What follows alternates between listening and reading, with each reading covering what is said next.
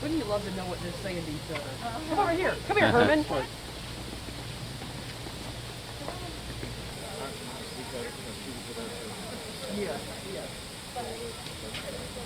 Okay. I'll bring up the rear. Okay. Fine. That's fine. Good morning. Good morning.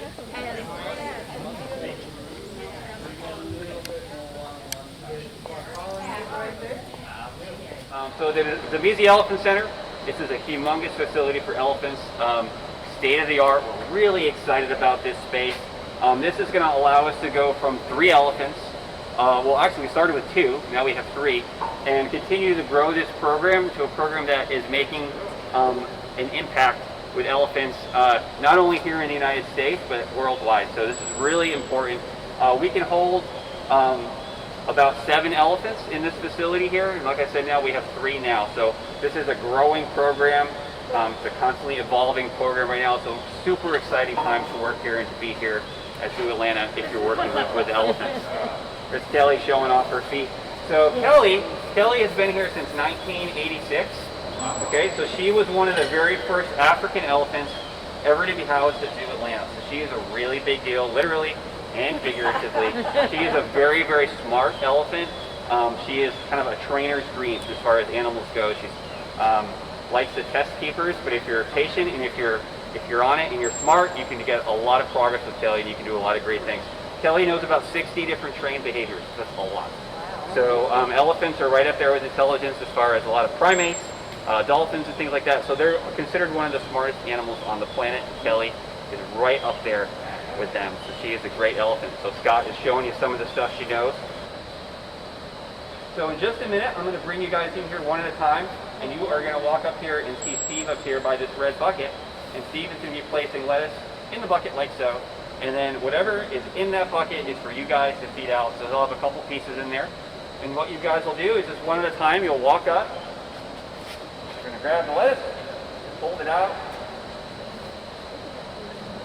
And when Scott tells Kelly to, she's going to very politely reach out and take the lettuce from you.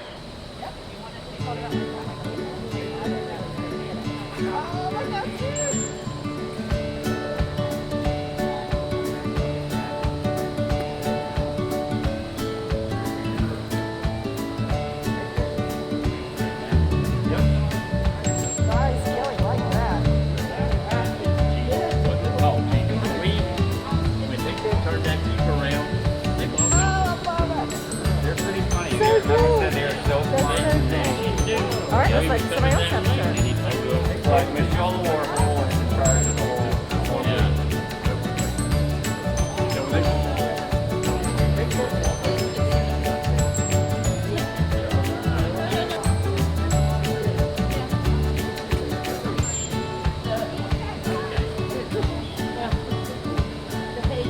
We really want all of our animals here to be active participants in their own care, right? So the training that we do, the time that we put into these animals, the relationships that we build with them, it's all about having them be comfortable and calm in just about any situation we throw at them, right? So the roof could blow off this place. And basically it's an extreme situation, but basically these elephants would be still coming to us, right? And they still would be trusting us most.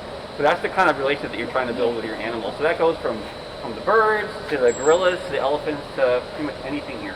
She'll be around for a very long time. Great.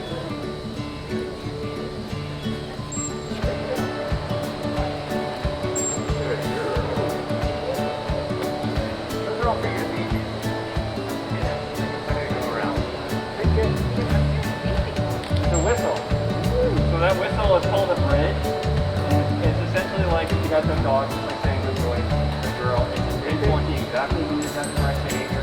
For us, we actually use a terminal bridge. So that basically is also basically time. Yeah, so the other fun thing about training is that sometimes the animals like the behavior of doing it so much that becomes really reinforcing, right? So maybe you don't always have to give them food. You got all those to feed. Those are all yours. Just exciting. So for Kelly loves turns. She loves turning, and she gets super excited about it. So if you ask her to do it once, the most reinforcing thing you do for her a lot of times is just let her do it again. Like for her, that's just like she loves it. She gets really excited about it. So it's just one of her things. Feed all those. She's getting older, but she's very healthy.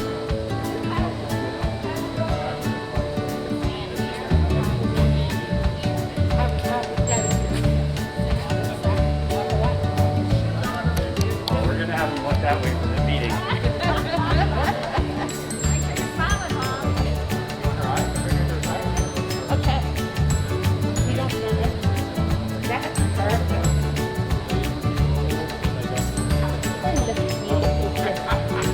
As long as we're not asking for a lot of stuff. Real still.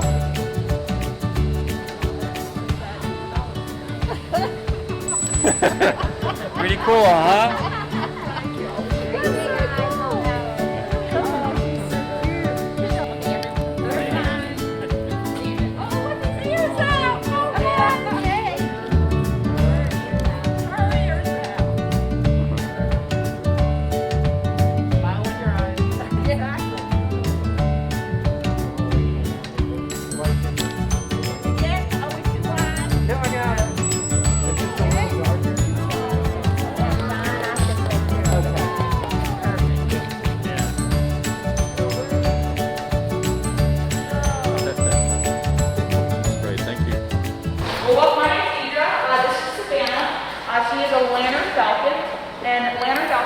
Comes from Africa, so we're in the right section for that with our African elephants, our African falcon.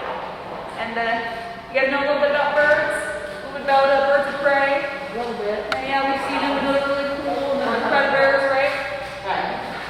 Well, falcons are actually designed a little bit differently than some other birds of prey. So think about hawks.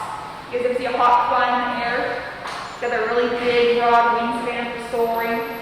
These guys don't quite have the soaring wingspan. These guys are a lot more designed to move back and chasing after things that might also be in the air. And the land falcon, let's go here, actually has a cousin that lives here in the United States. You guys might have heard of before. You've heard of the peregrine falcon? Oh, yes. Now what do you guys know about it? Fast. Yes. The peregrine falcon is actually known as the fastest animal on land. And a lot of people think they're super fast and flapping their wings, which they are pretty fast. I mean, they are a falcon, but they actually got recorded at going 200 miles per hour, but that's in a dive. But as you can see, if you look at her wings and her tail, they're very smooth, so it actually just brings them in and she dives straight down. And a lot of them actually have, if you look at her nose, you can see they have the extra little bit in there, not just like a small little hole. So when they're diving, it actually helps the airflow go in there better, so she doesn't suffocate when it's going super, super fast. But again, she's not going to be going that fast, but she can go pretty fast. She's a land falcon. She's a falcon after all. And the way the falcon hunts, prairie falcon specifically, is actually really, really cool and kind of weird.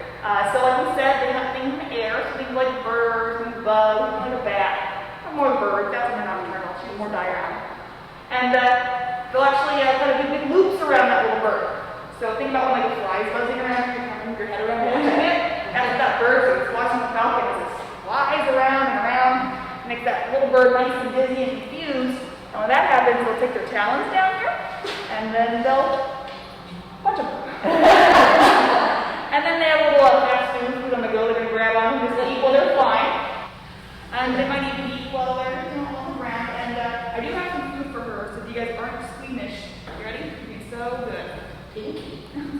Actually, that's part of the mess. Not quite a pinky. So you'll see, she'll hold on to her food with her beak, or excuse me, her talons, and they'll even be on the ground eating that way. So those are almost like her fork, if you will. And she'll use her beak that has that hook on it to tear apart that food, just kind of like a knife in a way. So that's all I do, it's kind of gross. What is it? What is That's a mouse she's eating. a mouse? Okay. Yeah. What do you call one of those little bits of mice? Mises pieces?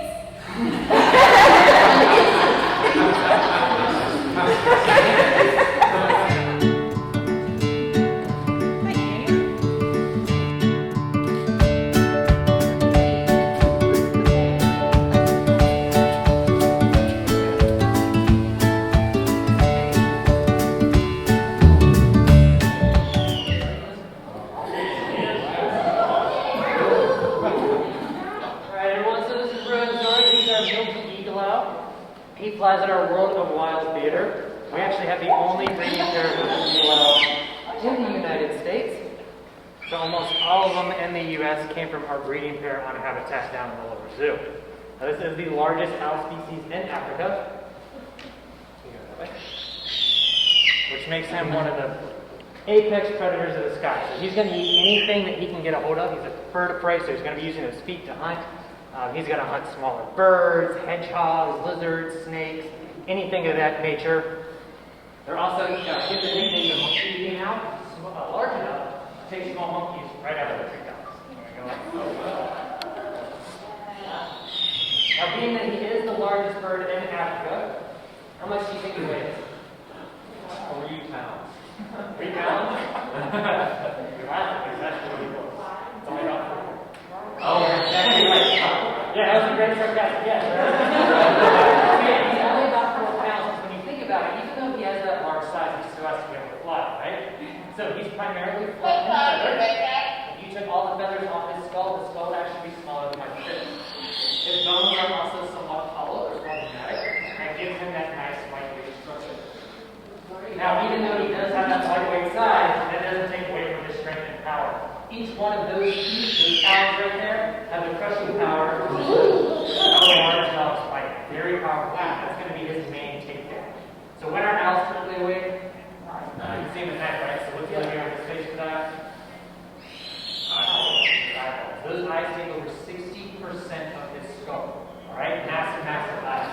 If you picture those eyes like a light bulb, you're actually seeing the small part of the light bulb. The majority of his eyes are actually sat back in his skull. What that does is when he's in low light situations, he's going to take any light he can possibly get. He's going to bounce around in that light,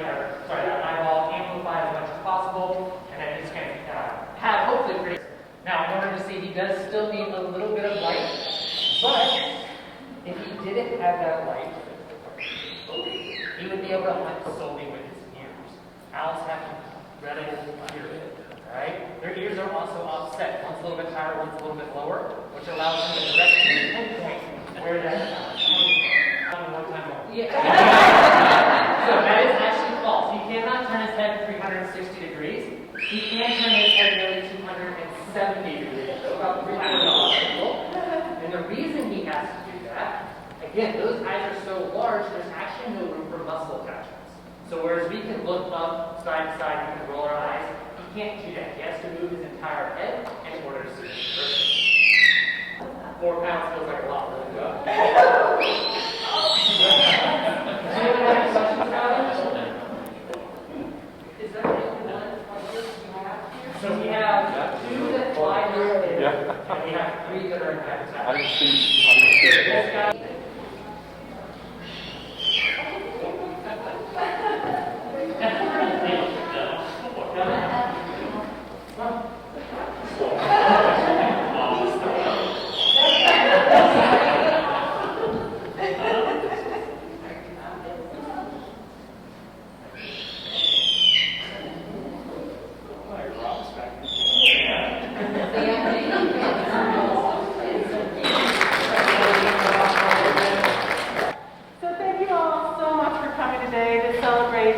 Emily's dedication to the zoo and her longtime support.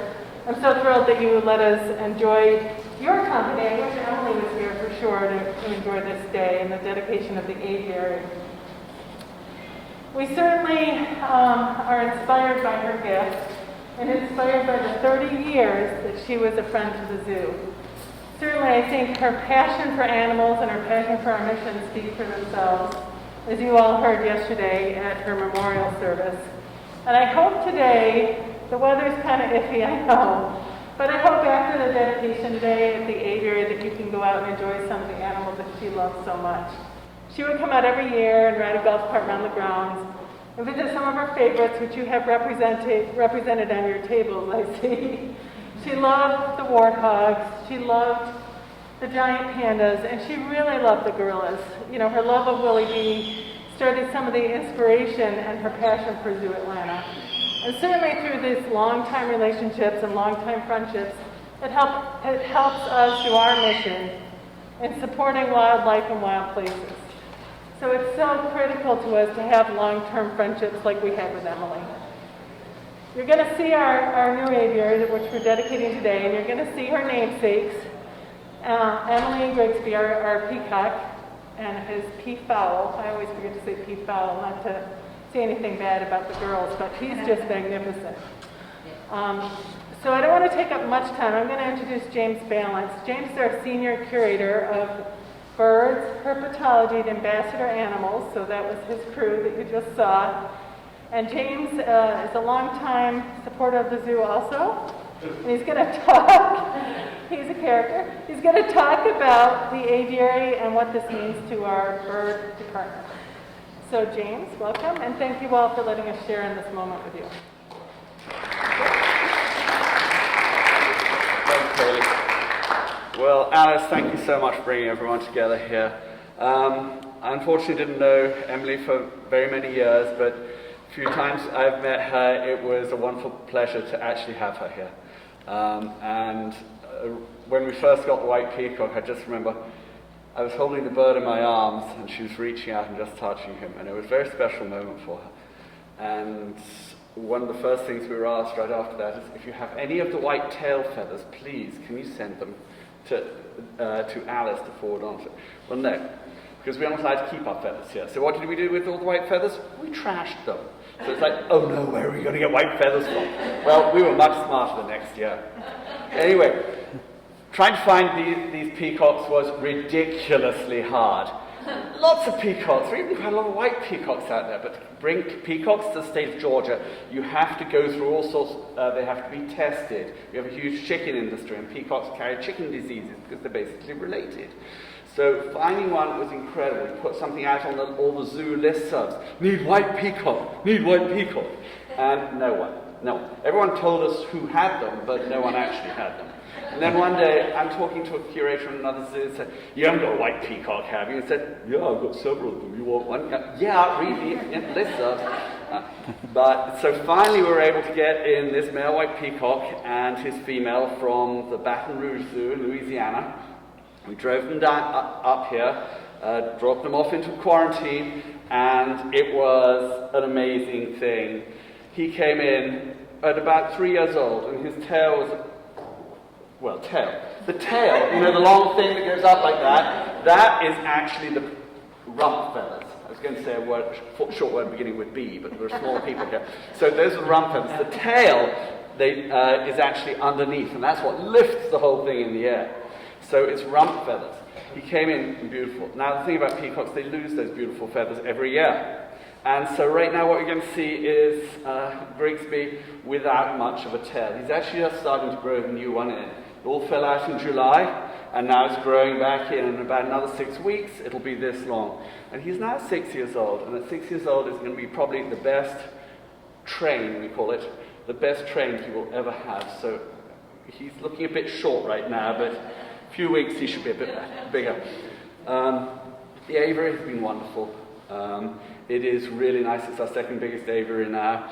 We only have 6 birds in right now. The peacocks used to look, peafowl used to look very big, and now they're in an aviary where they look very small. We will be adding additional birds at some point. But it is a wonderful aviary. Keepers love it. It's one of those things.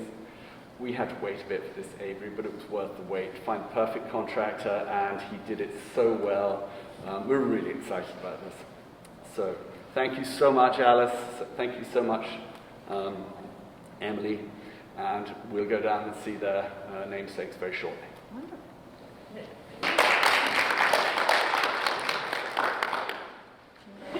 Those of you who attended Emily's memorial service yesterday learned that Emily loved to visit Zoo Atlanta. She loved all the animals, but there were some that were definitely her favorites.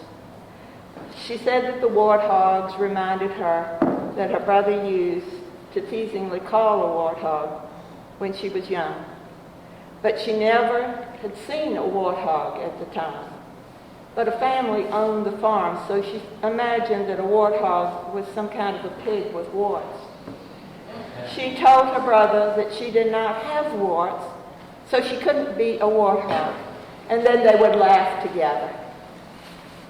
The elephants and giraffes reminded her of the wonderful trips that she and her husband Paul took to Africa and to Asia. They loved to travel to different places where relatives of some of the animals she saw in the zoo roamed free. She visited Willie B., a gorilla at Zoo Atlanta, many times, and stood outside of the cage as he watched TV and played with toys. She told him that she wished that he could be free to live in Africa, where she had seen the lowland gorillas play. She hoped that someday both of them could take a trip to that area together. Most of all, she loved the white peacock, who lived at the zoo. When he died, she was determined to get the zoo to find a suitable replacement. And when Emily's determined, it usually happens. Every time we came to the zoo, she would ask if the zoo had that white peacock yet. That was where the curator of birds, James, came in to the picture. He loves birds as much as Emily did. Finally, he found the white peacock named Grigsby and his mate, Emily. Emily decided that they needed a larger home than the previous peafowl had had, and the idea for the aviary was born. I would like to thank Bird James, as he is known on the zoo radios, and the rest of the Zoo Atlanta staff for making Emily's dream of a new aviary come true. I would also like to thank all of y'all here today for joining us in the dedication of Grigsby and Emily's new home. I think it is a fitting tribute to what the zoo meant to her.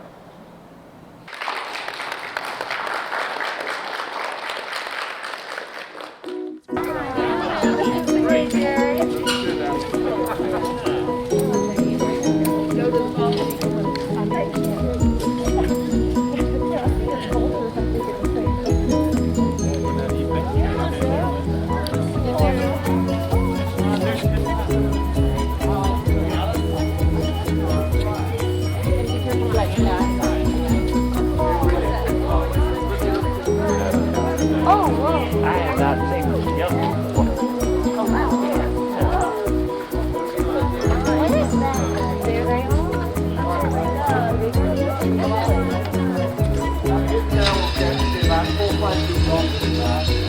And one of the reasons we like having gravel anyway is our substrate in here. But the bunch of gravel. White peacock's tail in Georgia is orange. Well, we're on gravel. We should not have an orange tail on this peacock. And so it's actually a black down. Oh, my hair matches. My pleasure.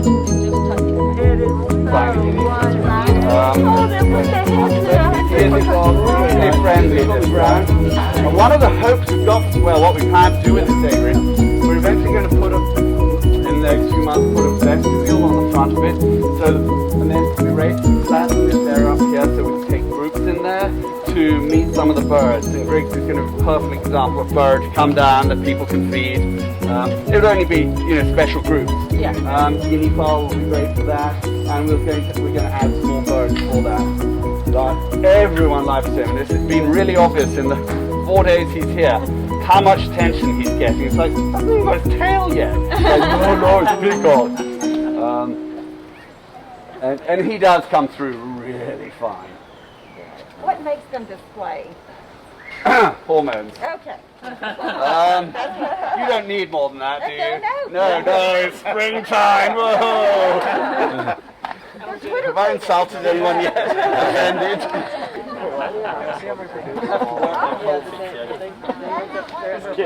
I try to be professional, but that's not really who I am.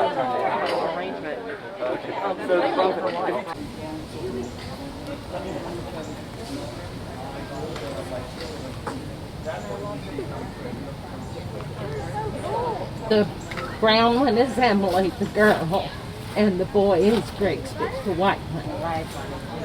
Yeah. Well, yes, with the name like vulture, you kind of. I took you in Yes, it's very nice. Thank you, You're sir. okay going the other way because we stay to the right. Yes, yep. Thank you, ma'am. All right, thank you.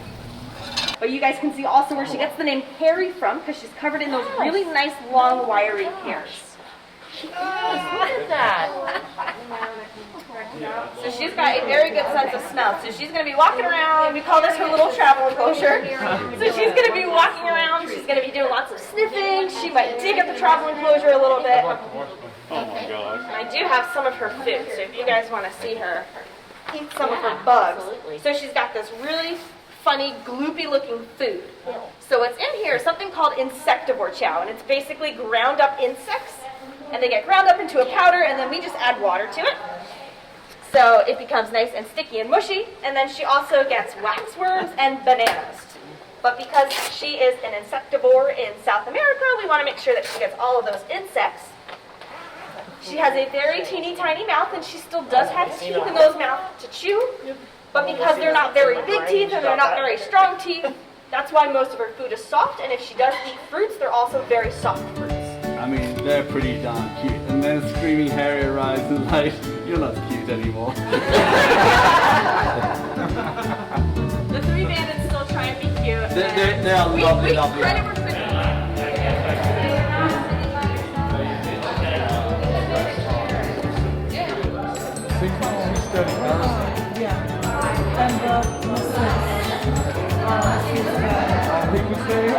I've never met him.